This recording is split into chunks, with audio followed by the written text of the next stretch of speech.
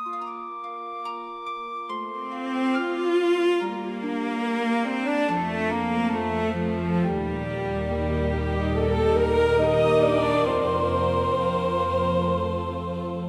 Pablo na alipin ni Jesucristo, na tinawag na maging apostol, ibinukod sa Ebanghelyo ng Diyos na Kanyang ipinangako. Nang una sa pamamagitan ng Kaniyang mga propeta, sa mga banal na kasulatan, tungkol sa Kaniyang anak na ipinanganak sa binhi ni David, ayon sa laman, na ipinahayag na anak ng Diyos na may kapangyarihan, ayon sa Espiritu ng kabanalan, sa pamamagitan ng pagkabuhay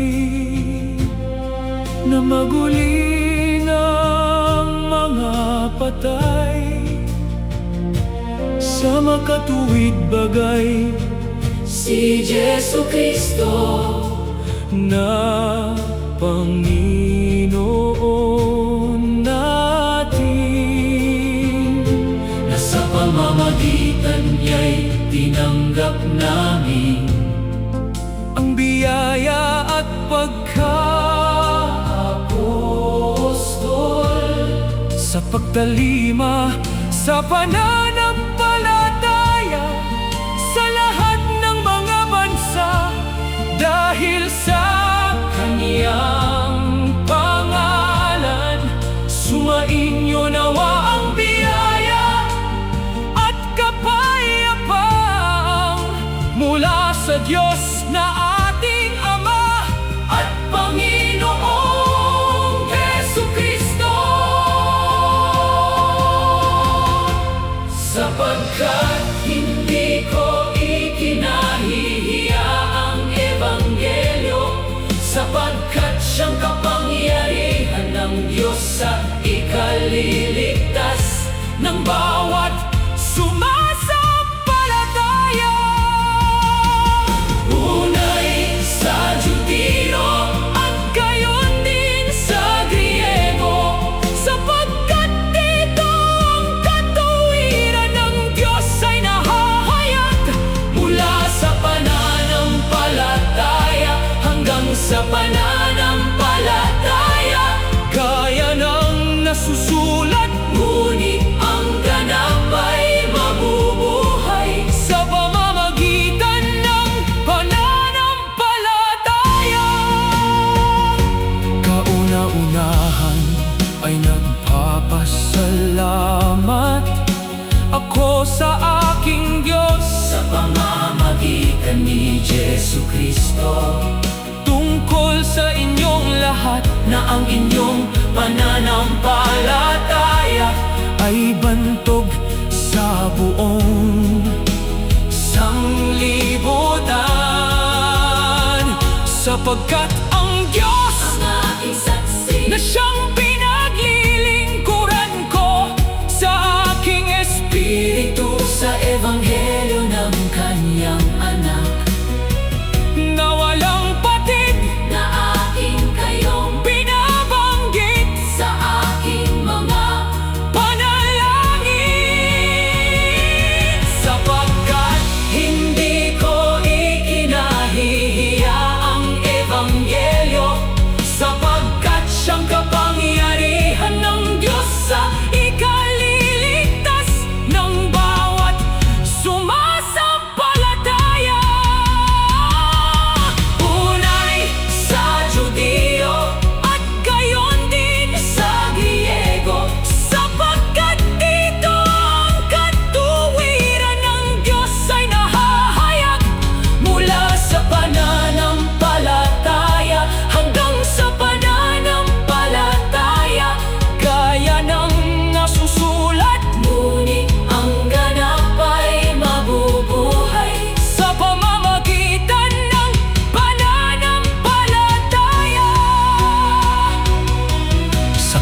Iminanasa kong makita kayo, upang ako'y makapamahagi sa inyo ng kaloob na ukol sa Espiritu, upang kayo'y mangagsitibay.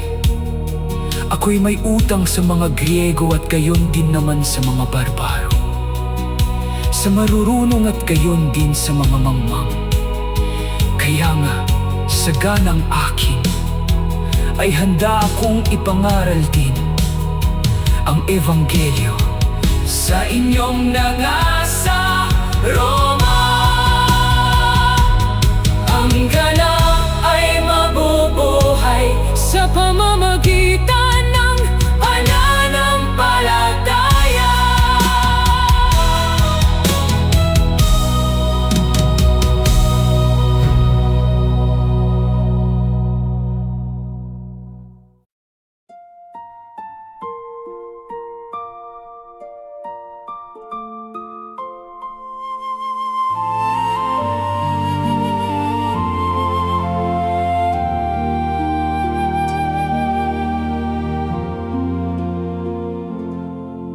Datapwat ngayon, bukod sa kautusan ay ipinahahayag ang isang katuwiran ng Diyos na sinasaksihan ng kautusan at ng mga propeta.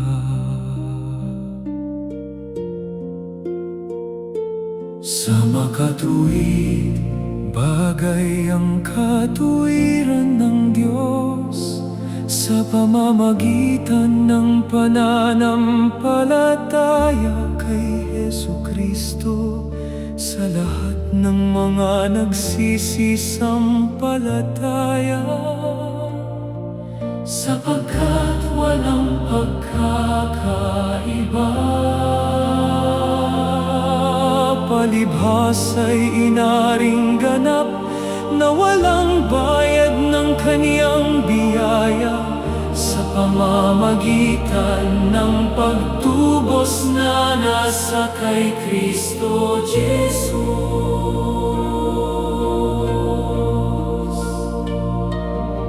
Kaya nga may pasisya natin na ang tao ay inaaring ganap sa pananampalataya, nahiwalay sa mga gawa ng kautusan at sumampalataya. Si Abraham sa Diyos at sa kaniya'y ibinilang na katuwiran. Mapapalad yaong ang kanilang mga pagsalangsang ay ipinatawad, at ang kanilang mga kasalanan ay nangatakpan. Inaaring ganap ang tao sa pananampalataya, hiwalay sa mga gawa ng kautusan. Yaman nga na mga inaaring ganap sa pananampalataya, mayroon tayong kapayapaan sa Diyos sa pamamagitan ng ating Panginoong Jesucristo. At nangagagalak tayo sa pag-asa ng kaluwalhatian ng Diyos, at ang pag-asa ay hindi humihiyak, sapagkat ang pag-ibig ng Diyos ay nabubuhos sa ating mga puso.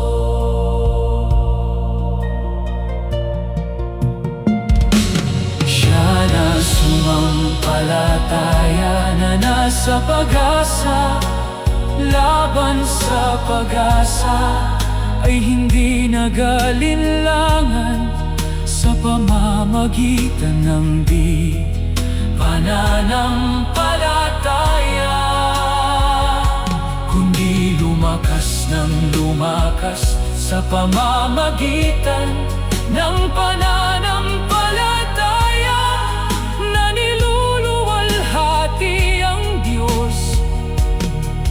At lubos na nalig na ang Diyos na nangako'y may kapangyarihang makagawa noon.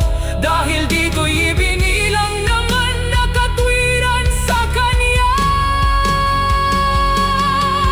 Inaaring ganap ang tao sa pananampalataya, hiwalay sa mga gawa ng kautusan. Yaman nga na mga inaaring ganap sa pananampalataya, mayroon tayong kapayapaan sa Diyos sa pamamagitan ng ating Panginoong Jesucristo. At nangagagalak tayo sa pag-asa ng kaluwalhatian ng Diyos, at ang pag-asa ay hindi humihiyak, sapagkat ang pag-ibig ng Diyos ay nabubuhos sa ating mga puso. Sapagkat nang tayo ay mahihina pa ay namatay si Kristo sa kapanahunan dahil sa mga masama. Tatapo at ipinagtatagubilin ng Diyos ang Kaniyang pag-ibig sa atin, na nang tayo'y mga makasalanan pa. Si Kristo ay namatay dahil sa atin. Lubha pa nga ngayong inaaring ganap sa pamamagitan ng Kaniyang dugo, ay mga liligtas tayo sa galit ng Diyos sa pamamagitan niya. Mayroon tayong kapayapaan sa Diyos sa pamamagitan ng ating Panginoong Jesucristo.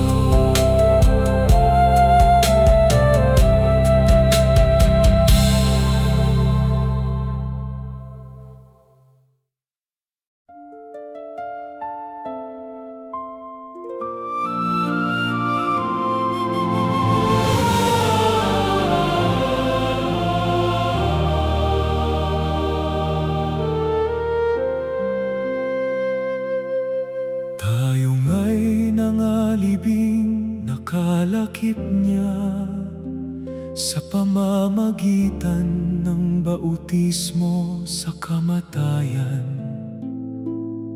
na kung paanong si Kristo ay nabuhay na maguli sa mga patay sa pamamagitan ng kaluwalhatian ng Ama. Ay gayon din naman tayo'y makalalakad sa panibagong buhay. Gayon din naman kayo, ibilang ninyong kayo'y tunay na mga patay na sa kasalanan. Ngunit mga buhay sa Diyos kay Kristo Jesus.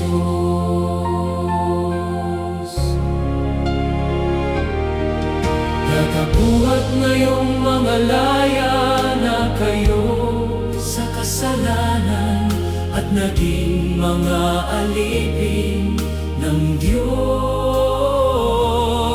Kayo ay mayroong inyong bunga sa ikababanal, at ang wakas ay ang buhay na walang hanggan. Sapagkat ang kabayaran ng kasalanan ay kamatayan, Datapuat ang kaloob na walang bayad ng Diyos ay buhay na walang hanggan. Kay Kristo Jesus na Panginoon natin.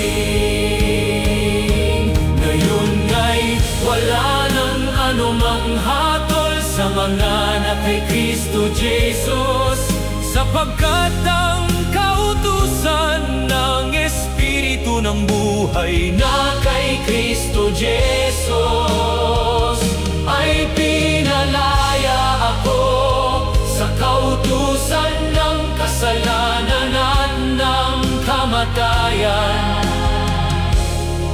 Sapagkat ang lahat ng mga pinapatnubayan ng Espiritu ng Diyos ay sila ang mga anak ng Diyos.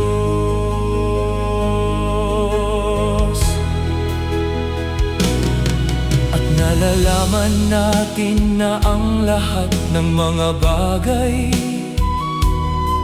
ay nagkakalakip na gumagawa sa ikabubuti ng mga nagsisiibig sa Diyos. Sa makatuwid, bagay niya ang mga tinawag alinsunod sa Kanyang nasa.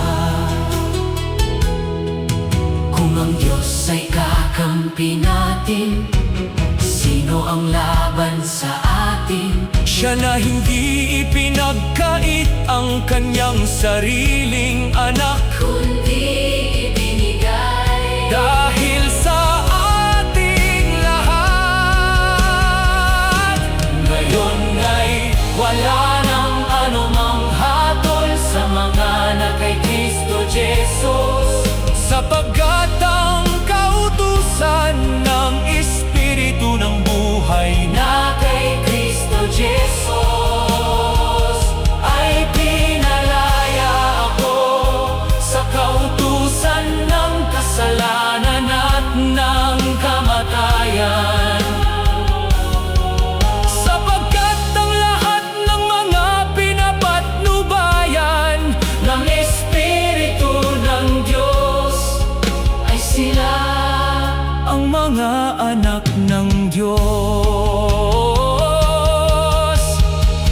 Sino ang maghihiwalay sa atin sa pag-ibig ni Kristo? Hindi, kundi sa lahat ng mga bagay na ito tayo higit pa sa mga mapagtagumpay. Sa pamamagitan niyaong sa atin ay umibig, sapagkat ako'y naniniwalang lubos na kahit ang kamatayan man, kahit ang buhay, ay hindi makapaghihiwalay sa atin sa pag-ibig ng Diyos na nasa kay Kristo Jesus na Panginoon natin. Wala nang anumang hatol sa mga na kay Kristo Jesus.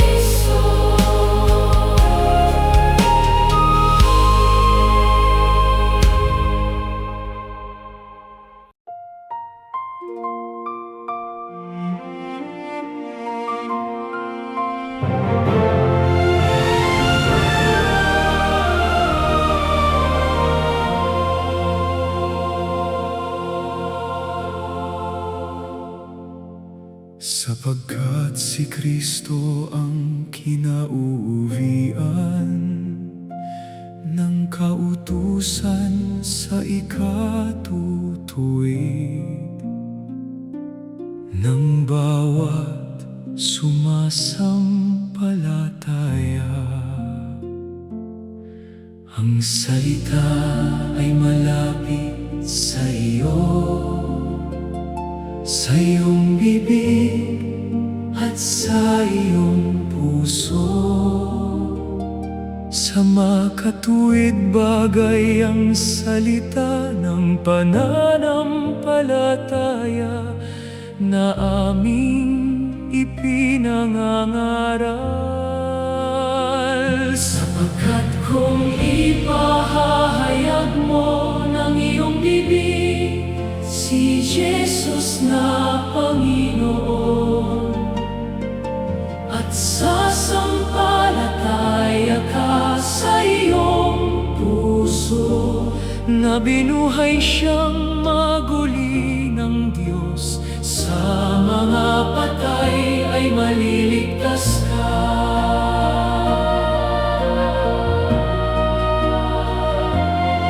Sapagkat ang tao'y nanampalataya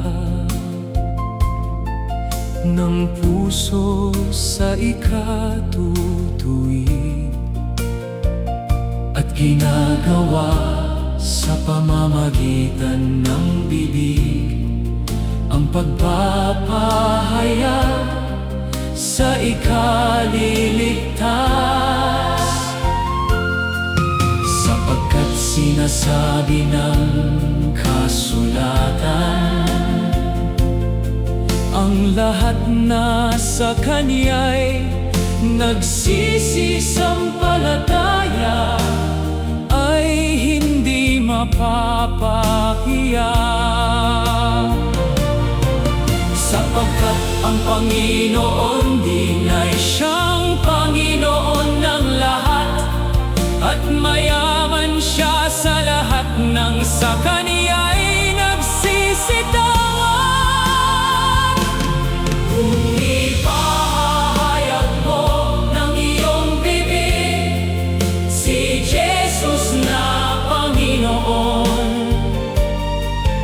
at sasampalataya ka sa iyong puso, na binuhay siyang maguli ng Diyos, ay maliligtas ka.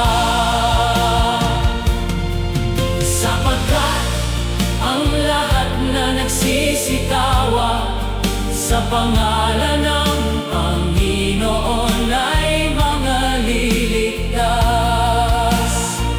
Sapagkat Kaniya at sa pamamagitan niya At sa Kanya ang lahat ng mga bagay, sumakanya nawa ang kaluwalhatian, magpakailanman siya nawa. Kaya nga ang paniniwalay nanggagaling sa pakikinig, at ang pakikinig ay sa pamamagitan ng salita ni Kristo. Anong pagkaganda ng mga paa niyaong mga nagdadala ng masasayang balita ng mga bagay na mabuti. Magbubuhat sa Sion ang tagapagligtas, siya ang maghihiwalay sa Jacob ng kalikuan.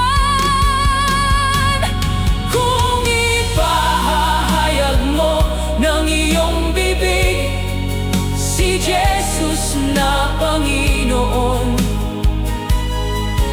at sasampalataya ka sa iyong puso, na binuhay siyang maguli ng Diyos, ay maliligtas ka.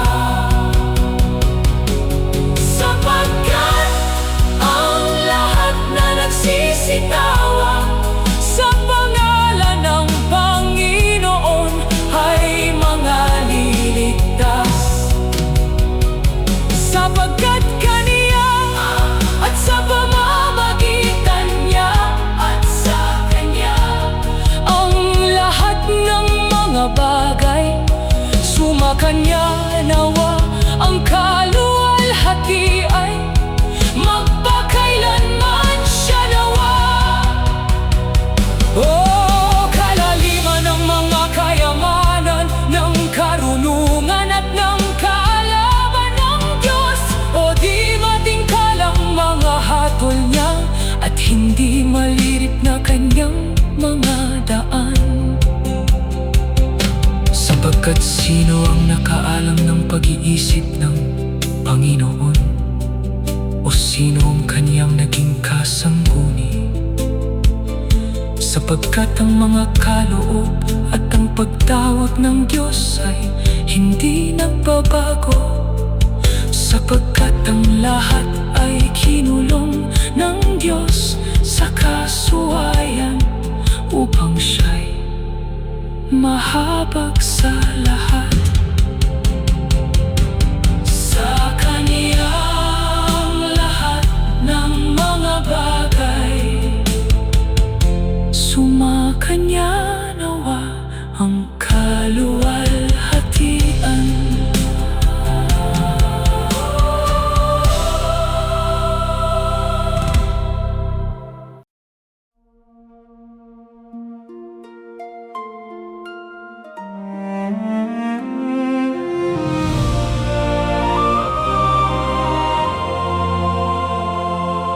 Kaya nga mga kapatid, ipinamamanhik ko sa inyo,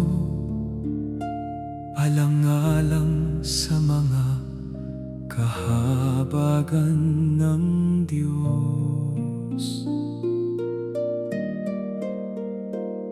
na inyong iharap ang inyong mga katawan na isang haing buhay banal, nakaaya-aya sa Diyos, na siya ninyong katampatang pagsamba. At huwag kayong magsiayon sa sanglibutang ito, kundi magiba kayo sa pamamagitan ng pagbabago ng inyong pag-iisip, upang mapatunayan ninyo kung alin ang mabuti at kaaya-aya at lubos na kalooban ng Diyos. Ang pag-ibig ay maging walang pagpapaimbabaw, kapuotan ninyo ang masama, makisanib kayo sa mabuti. Sa pag-ibig sa mga kapatid ay mangagmahalan kayo, mga galak sa pag-asa, magmatiisin sa kapighatian, magmatiyagain sa pananalangin. Huwag kang padaig sa masama, kundi bagkus daigin mo ng mabuti ang masama. Ang umiibig sa kaniyang kapwa'y nakaganap na ng kautusan. Iharap ang inyong mga katawan na isang haing buhay banal, nakaaya-aya sa Diyos. Magiba kayo sa pamamagitan ng pagbabago ng inyong pag-iisip. Ibigin mo ang iyong kapwa na gaya ng sa iyong sarili. Ang pag-ibig ay hindi gumagawa ng masama sa kaniyang kapwa. Ang pag-ibig nga ay siyang katuparan ng kautusan.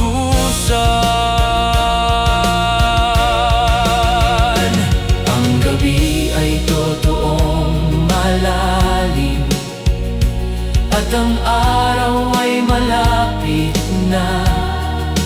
Iwaksi nga natin ang mga gawa ng kadiliman, at ating isakbat ang mga sandata ng kaliwanagan. Kundi bagkus isakbat ninyo ang Panginoong Jesu-Kristo, upang kayo na may isang pag-iisip Sa pamamagitan ng isang bibig ay luwalhatiin ninyo ang Diyos at Ama ng ating Panginoong Jesu Kristo. Iharap ang inyong mga katawan na isang haing buhay banal na kaaya-aya sa Diyos. Mag-iba kayo sa pamamagitan ng pagbabago ng inyong pag-iisip. Ibigin mo ang iyong kapwa na gaya ng sa iyong sarili. Ang pag-ibig ay hindi gumagawa ng masama sa kaniyang kapwa. Ang pag-ibig nga ay siyang katuparan ng kautusan. Puspusin nga kayo ng Diyos ng pag-asa, ng buong kagalakan at kapayapaan sa pananampalataya, upang kayo'y managana sa pag-asa sa pamamagitan ng kapangyarihan ng Espiritu Santo. Purihin ninyo ang Panginoon, kayong lahat ng mga gentil, at purihin siya ng lahat ng mga bayan. Ngayon ang Diyos ng kapayapaan ay sumainyo, nawang lahat siya nawa. Sa iisang Diyos na marunong, sa pamamagitan ni Jesu Kristo, na sumasa Kanya ang kaluwalhatian magpakailanman. Sa Kanya ang kaluwalhatian magpakailanman.